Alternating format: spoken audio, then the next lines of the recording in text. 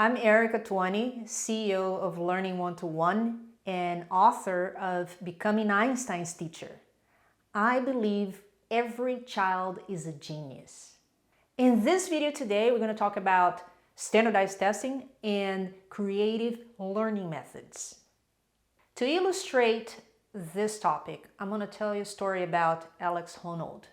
He became really famous because he climbed El Capitan, which is a 0.6 mile wall in the Yosemite Park, a granite wall, and he climbed that ropeless, meaning no rope. It took him a lot of practice and studying and figuring out the best route to get to the top, how to grab, what's next, what will be the next movement, to get to the point that he could do it without even thinking about it.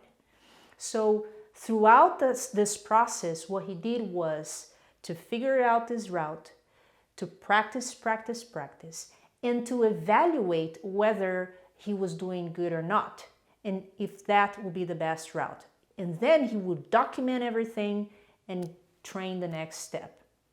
So 3 years later, he finally did it. He climbed El Capitan ropeless in 3 hours and 56 minutes. So just for you to have an idea, the usual average climber takes about 3 to 5 days to climb El Capitan the same distance. So it's a big difference. So doing what Alex did was just possible because he was passionate about climbing. He was passionate about the process of learning. He was able to do it because he tried over and over again, repeated, self-assessed, up to the point that he could not get it wrong.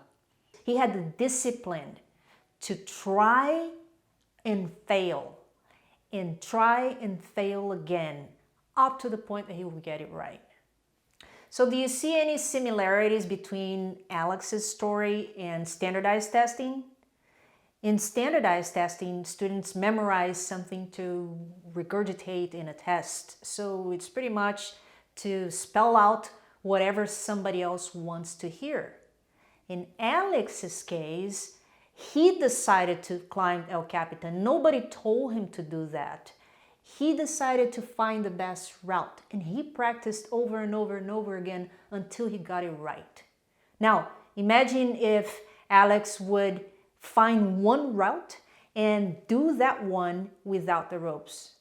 He'll probably be dead right now, like 3 of his predecessors that tried it before him. So I wanted to make very clear, I don't make the case to eliminate standardized testing. My case is to make sure that we're evaluating and assessing children towards their passion, an assessment that will foster and help them succeed in investing in their passion. Imagine if we had people around the world doing what they love to do, what kind of products we will have, what kind of services we would have, but most of all, how happy people will be because they're doing something they love.